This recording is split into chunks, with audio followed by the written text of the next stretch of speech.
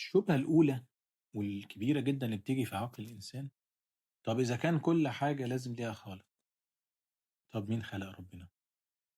ما هو أنت بتقول لي الكون العظيم ده والإنسان العظيم ده والخلق الجميل ده لازم ليه خالق، طَب الخالق ده مين خلقه؟ ده سؤال مهم، وما ينفعش برضه تطرده من دماغك تقول لا، لا، ما تفكّرش، لأ هو لازم أنت بتقول اسألني، ربنا قال كيف بدأ الخلق، كيف بدأ الخلق؟ طَب كيف بدأ الخالق؟ مين اللي خلق الخالق ده؟ طَب تقول في إله، طَب مين اللي خلق الإله ده؟ طب إيه إجابة السؤال؟ الفكرة إن أحيانًا يبان لك إنها نفس المعنى ونفس الحجة، طالما في كون عظيم اتخلق، فأنت قُلت لي يبقى في إله خلقه، طب أنا باسألك مين خلق الإله ده؟ هو النقطة إن المقارنة دي مختلفة، لأ ما تنفعش. ليه؟ الخلق يحتاج إلى خالق، أما الخالق لا يحتاج إلى خالق، ليه؟ لأن لازم يكون في سبب أول للخلق. هو أنت إيه اللي خلّاك تقول إن الكون ده محتاج خالق؟ إيه اللي خلّاك تقول إن جسم الإنسان ده والكائنات اللي حواليك دي لازم ليها خالق؟ إن إحنا شُفنا إنها مكوّنة من إيه؟ مكوّنة من أجزاء، مكوّنة من مكونات، فيجب أن يكون في حد كوّنها. يعني أنت هادّيك مثال عشان تفهم قصدي. لو أنت لقيت حاجة مثلًا سودا صغيرة كده على الأرض، نقطة سودا على الأرض، ممكن تكون حتّة تراب ما لهاش معنى، خلاص. لكن لو أنت مسكتها وبصّيت عليها تحت العدسة المكبّرة كده، لقيتها عبارة عن ميكروفون وفي بطارية وفي جهاز إرسال وفي ده جهاز تجسُّس، بيسمعك وبينقل الأخبار لحد ده أكيد طالما مكوّنة من أجزاء، ما ينفعش تبقى جات بالصدفة كده، ما ينفعش تبقى ما ينفعش الحديد والمغناطيس والأسلاك دي اتجمّعت مع بعض كده بالصدفة من الهوا وعملت ميكروفون وجهاز إرسال لأ، ده أكيد في حد كوّنها. ليه قُلت في لازم حد كوّنها؟ لإنها إيه، لإنها مكوّنة من أجزاء، مكوّنة من حاجات. فإحنا لمّا شُفنا الكون كُلّه مكوّن من ذرات وجزيئات، والكائنات الحية مكوّنة من خلايا، والخلية دي مصنع كبير جدًا ودولة في حد ذاتها مليانة مكونات ومليانة أجزاء، قُلنا لازم حد كوّن هذه الأجزاء، ولازم حد خلقها وصوّرها بهذا الشكل. إنما هل أنت شُفت الله؟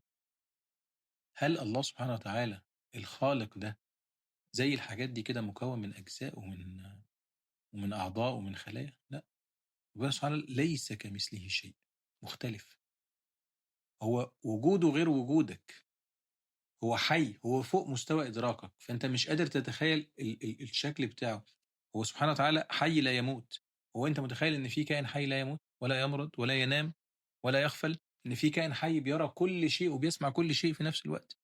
إن قدرته مش يعني هو غني وقادر مش عشان هو عنده عضلات أو عنده قوة زي ما أنت متخيل، لأ هو في ذاته قادر وغني، ويقول للشيء كن فيكون، فهو مختلف عن تخيلك أنت. فأنت لمّا تشوف ربنا وتشوف أو يعني لله المثل الأعلى، لمّا تشوف حاجة مكونة من أجزاء تقول لي مين اللي كوّنها، إنما أنت ما شُفتش ربنا، أنت ما شُفتش ربنا فوق مستوى إدراكك، تمام، وربنا واحد أحد، فرد صمد. يعني إيه واحد؟ يعني ما لوش تاني، ما فيش زيّه، ما فيش حد تاني، ما فيش إله غيري، إنما أحد، أحد يعني مختلف عن غيره، أحد يعني ما هواش مكوّن من أجزاء، أحد يعني مش زي أي حاجة أنت تعرفها، مش زي الخلق، هو خالق، هو في حد ذاته خالق، هو السبب الأول للخلق، يعني هو ما فيش حاجة مش محتاج تدوّر مين اللي خلقه، تمام، ما هواش ليه أب ولا أم ولا ولد ولا صاحبة، لأ هو مش زيّنا، لازم تفهم إن طبيعة الله سبحانه وتعالى غير طبيعة الخلق، عشان كده هو لا يحتاج إلى خالق. طب أنا آآ اللي أنت إدراكك وحواسك ليها آخر، دي حاجة لازم تفهمها، إن أنت بتسمع كل حاجة، بيتهيأ لك إنك بتسمع كل حاجة، لكن العلم أثبت لنا إيه، إنك ما بتسمعش كل حاجة، أي حاجة أقل من 20 ميجا هرتز ما تسمعهاش، أي حاجة فوق 20.000 ميجا هرتز ما تسمعهاش، يعني صوت عالي جدًا من وداني ما تسمعهوش، صوت قليل جدًا من وداني برضه ما تسمعهوش، حاجة صغيرة جدًا أقل من عُشْر ملي عينيك ما تشوفهاش، حاجة كبيرة أوي برضه ما تشوفهاش، حاجة بعيدة أوي ما تشوفهاش، يبقى الحواس بتاعك والإدراك بتاعك مختلف.